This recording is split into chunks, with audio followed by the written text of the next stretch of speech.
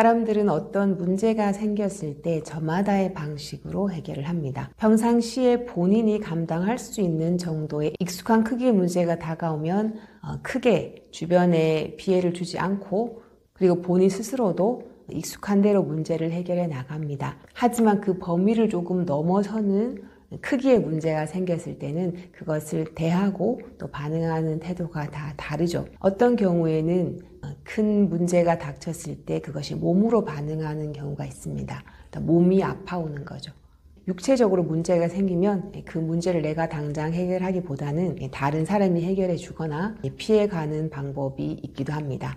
두 번째는 감정적인 대응을 많이 합니다. 심하게 화를 내거나 또는 불만의 감정을 토로하면서 문제를 해결하는 거죠. 물론 해결을 해나가는 과정에서 주변의 분들이 조금 많이 힘든 경우가 있겠죠. 그리고 세 번째는 큰 문제가 닥쳤을 때 그 문제를 직시하고 내가 무엇부터 해결을 해야 되는지, 그 문제 이면에 숨어있는 부분까지 파악을 하고 필요한 부분은 도움을 청해서, 또 내가 제일 잘하는 부분은 나의 역량을 조금 더 활용해서, 그리고 자기의 뇌와 소통하면서 자기의 체력 관리를 기본적으로 하면서 문제를 해결해 나가는 경우가 있습니다. 여러분은 어떤 경우인가요? 이 세 가지에 포함되지 않는 다른 방식으로 문제를 대하고 해결해 나가는 분도 계실 건데요. 체력, 심력, 뇌력으로도 이야기할 수 있습니다. 첫 번째는 체력입니다. 내가 뭔가 조금 더 큰 문제를 해결할 수 있는 역량이 키워지려면 기본적인 육체의 건강 상태, 근력, 지구력 이런 부분들의 관리가 필요하겠죠.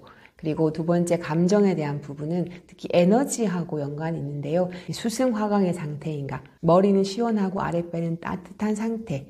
그래서 어떤 문제가 닥쳤을 때 감정적으로 대하지 않고 편안하게 그 문제를 바라볼 수 있는 에너지의 상태. 그래서 평상시에 에너지 관리를 잘 하는 게 필요하고, 현재 나의 에너지의 상태, 그리고 감정의 상태가 어떤지를 살펴보는 것도 필요합니다. 그리고 세 번째 뇌력. 이것은 통찰력을 가지고 문제를 계속 바라보다 보면 그 안에 답이 있다고 말씀을 드렸는데요. 그 답을 찾을 수 있는 능력이기도 합니다. 체력이 기본적으로 뒷받침을 하고, 또 감정을 내가 조절하고 다스리는 힘, 에너지를 관리하는 훈련, 그리고 지혜를 바탕으로 문제를 해결할 수 있는 뇌력, 세 가지를 평상시에 훈련하는 게 필요한데요. 평상시에 체력 관리, 에너지 관리, 그리고 자신의 뇌를 관리하기 위해서는 자기 자신에 대한 통찰이 필요합니다.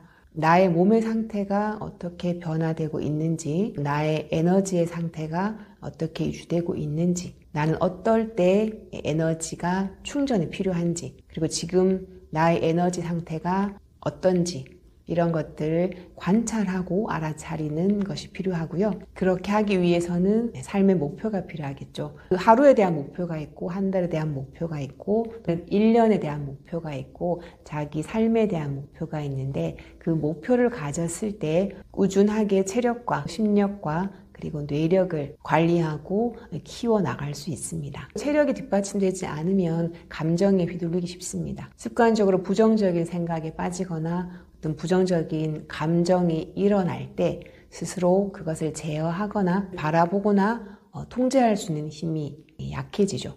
그리고 감정을 조절하고 에너지를 관리하는 훈련이 잘 되어야 내가 평상시에 느끼지 못하던 다른 감정이 왔을 때도 그 감정에 푹 빠지지 않고 한 발짝 뒤로 물러서서 이것은 어떤 감정인가, 그 감정이 왜 일어나는가, 이렇게 자신을 성찰하면서 다음 단계를 나아갈 수 있습니다.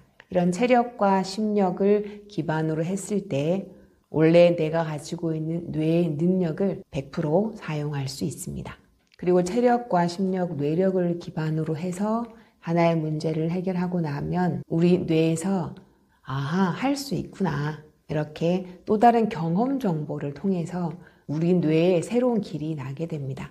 그래서 다른 환경에서 어떤 다른 유형의 문제와 맞닥뜨렸을 때 당황하지 않고 두려워하지 않고 용기를 내어서 한 번 더 그 문제를 정면으로 바라보고 해결을 해보는 힘이 생깁니다. 그렇게 한 번, 두 번 하고 나면 해보지 않은 것에 대한 호기심과 기대, 그리고 도전의식이 일어나기도 합니다. 그런 하나하나의 과정들이 여러분의 뇌를 훈련하고 활용해가는 과정입니다.